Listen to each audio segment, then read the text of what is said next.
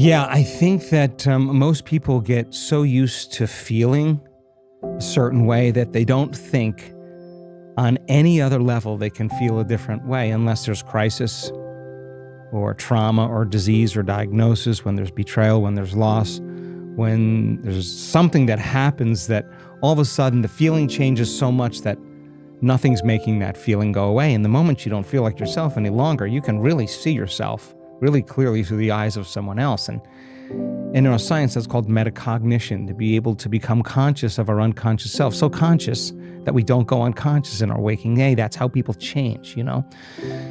So the stronger the emotion we feel from some challenge or problem in our life, the more altered we are inside of us. If some event occurs and our chemistry changes, the moment there's a dramatic change in our chemistry, that's the moment the brain freezes a frame and takes a picture, it takes a snapshot, and that's the memory that's embossed in the brain.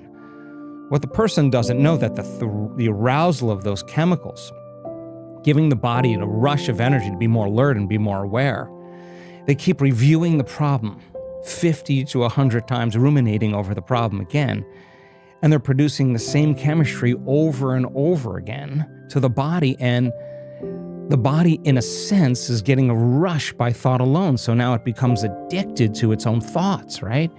This gets really kind of wild because you're not aware that you're doing that, but you're giving your body energy. And so the side effect of it then is the body is dependent on that thought. In fact, if you reasoned with me and you said, I really don't like to suffer, I don't really like to feel like a victim, I don't want to feel unworthy, I want to change that. And everybody goes, with their conscious mind, yay, let's change it. And so you say, okay, well, if I'm suffering and I'm, in pain and I'm a victim, well, victims, what are their behaviors? Oh, well, they complain, they make excuses, they judge other people, they feel sorry for themselves, they need a lot of attention. I don't know, I'm making stuff up. But that could be a behavior that goes along with a person who suffers and feels unhappy most of the time. And then what are the thoughts that you think? All right, so you could be really, really ambitious and say, I'm going to just stop today. And the first couple hours goes by really well. But as you see the same people and you go to the same places and do the exact same thing at the exact same time in your life, it's no longer that your personality is creating your personal reality. Your personal reality is reminding you of who you are as a personality. The environment is regulating and controlling the way you think. So every person, every object, everything, every place has a neurological network in your brain. You have a neurological network for your mother. You have a neurological network for your enemy. You have a neurological network for your coworker because you've experienced them. So in a sense, we're seeing reality through the lens of the past. We're seeing reality as a memory to a human being. So they think and act the same way around that person because they've done that around their spouse for the last 30 years. And they feel certain emotions that they respond to in certain ways. And the stronger the emotion we feel, the more we pay attention to the person or problem, and where we place our attention is where we place our energy. So everybody's attention is being divided on all these different elements in our life. Okay, so the person says, I'm not going to complain, I'm not going to blame, I'm not going to make excuses, I'm not going to feel sorry for myself, I'm not going to feel unhappy, I'm not going to feel unworthy, I'm not going to suffer, I'm going to catch myself thinking these thoughts, and first couple hours goes by really well, but the body's the mind.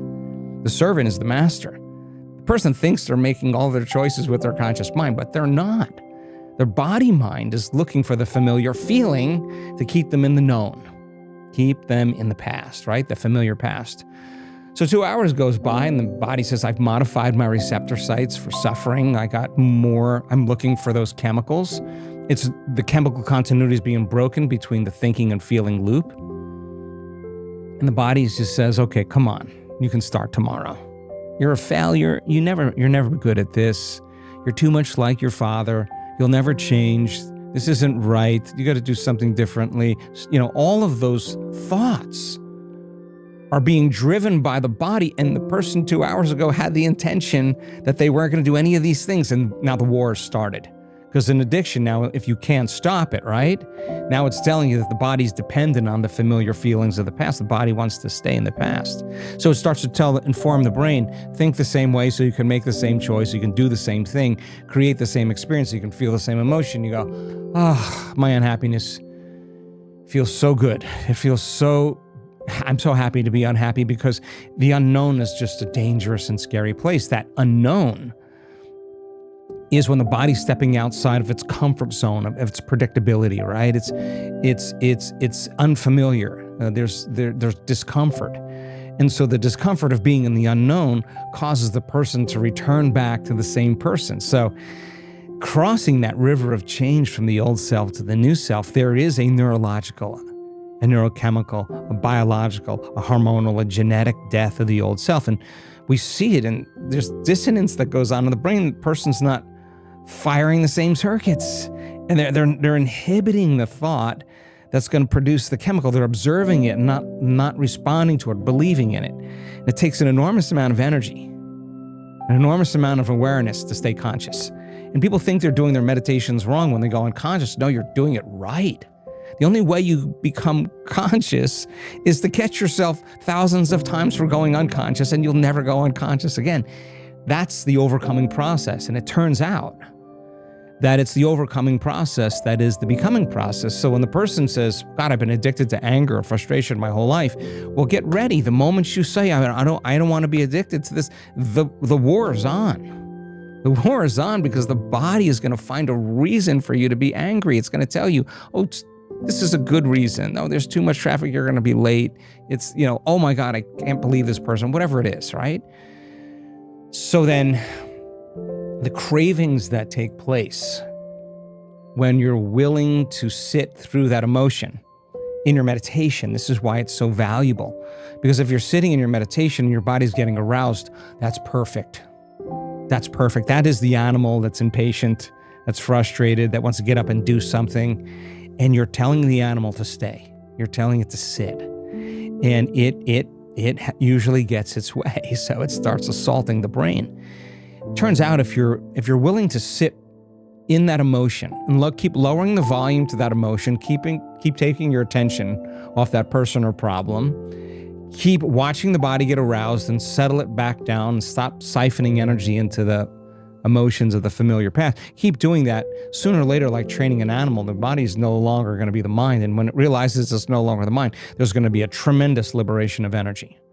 And now the person's relaxed in the present moment, in the unknown, and that turns out to be a really great place for people to create in.